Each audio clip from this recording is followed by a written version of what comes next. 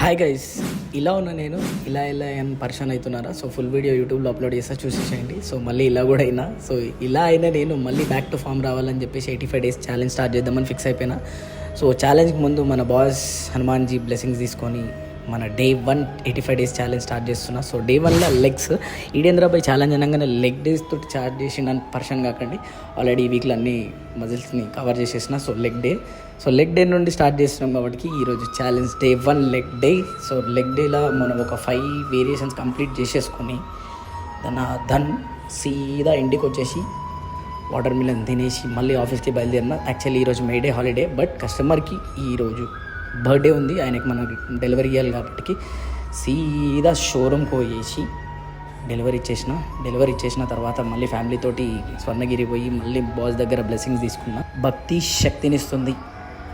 సీదా అన్నుండి మళ్ళీ ఇంటికి వచ్చి డిన్నర్ కంప్లీట్ చేసేసుకొని డే 1